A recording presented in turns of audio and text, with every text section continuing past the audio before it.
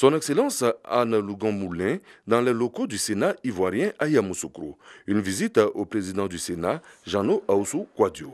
Un entretien d'une quarantaine de minutes qui a trait au renforcement de la coopération entre la Côte d'Ivoire et la Suisse. Nous sommes dans la continuité.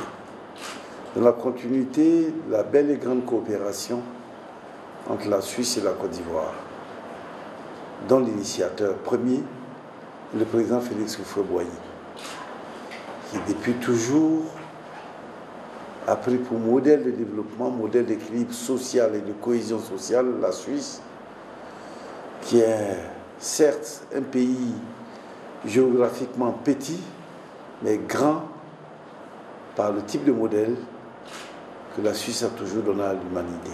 Yamoussoukro, pour moi, c'est aussi la première fois que je me rends ici. C'était important que je vienne dans la capitale politique, également voir la basilique. Et en effet, on a des relations qui sont marquées par la stabilité, la confiance et l'amitié entre nos deux pays.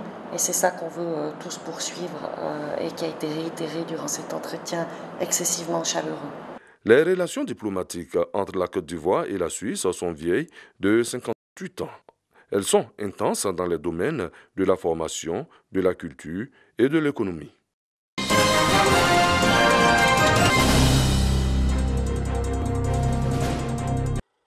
Bokanda Ananda dans la région du Nzi. Cet axe routier réalisé en 1975 pour désenclaver le département et booster son développement est en état de dégradation très avancée, situation mettant en mal les activités économiques de la localité. Chaque jour que Dieu fait, la population de Bokanda est en train de pleurer, souhaiter un jour voir vraiment réparer cette route-là. Cette situation prendra fin bientôt grâce au programme de renforcement des infrastructures routières de la Côte d'Ivoire. Les travaux de réhabilitation de la route reliant Bokanda à Nanda, longue de 36 km, vont démarrer d'ici peu.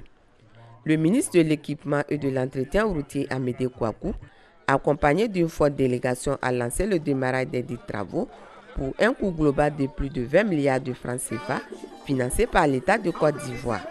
Les travaux objets de la cérémonie de ce jour sont émaillants du programme de sauvegarde de plus de 4500 km de routes revêtues inscrits au plan national de développement 2016-2020 qui traduit la vision du président de la République, son Excellence Alassane Ouattara. Ce projet, outre le renforcement de la route Bokanda-Ananda, prévoit le bitumage de 5 km de route à l'intérieur de Bokanda et 3 km à Ananda. Après Bokanda, le ministre Amédée Kouakou a procédé également au lancement des travaux de renforcement de l'axe Dembokro-Bokanda. Ce tronçon fortement dégradé dont les travaux coûteront 40 milliards est loin de 62 km. Cette route constitue donc un pont pour 3 régions, à savoir la région du Nzi, la région du Bélier et la région de l'Ifou. Et son renforcement va favoriser la relance de l'économie de la région du Nzi. Les 4 élus sont reconnaissants au président de la République Alassane Ouattara et à son premier ministre pour toutes les actions de développement en faveur de la région. Quand les parents envoient leurs produits sur le marché, ce n'est plus profitable parce qu'ils mettent tout dans le transport. Donc aujourd'hui, je crois que c'est un soulagement. Nous étions dans le gouffre du sous-développement et aujourd'hui, Dieu a fait venir notre aîné, le président Alassane, pour nous sortir de ce gouffre. Encore une fois, le chef de l'État, son Excellence Alassane Ouattara, vient de répondre à une sollicitation de la population. Les délais d'exécution des travaux de réhabilitation de l'axe Dembokro-Bokanda-Ananda sont de 18 mois.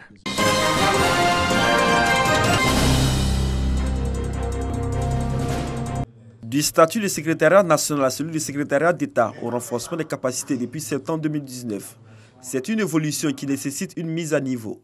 L'idée de cette formation est de permettre à tous les agents du secrétariat d'État de mieux comprendre la problématique du renforcement des capacités. Pour y arriver, l'institution fait appel à des experts coréens. Il était important que nous regardions ensemble les modèles qui nous semblent les plus adaptés si on veut atteindre les performances économiques. Le modèle coréen nous semble vraiment un modèle indiqué, un modèle qui peut inspirer l'Afrique. Et c'est pour ça, pour cette activité de team building, c'est une occasion de partage. Les experts coréens sont là et qui vont échanger avec nos collaborateurs, les experts nationaux, pour qu'ensemble nous puissions définir l'approche en termes de capacité humaine nécessaire à accroître notre performance, à accroître les performances du secrétariat d'État. L'État de Côte d'Ivoire, l'administration publique, le secteur privé et la société civile sont les cibles privilégiées vers lesquelles le secrétariat d'État au renforcement des capacités aura déployé son expertise.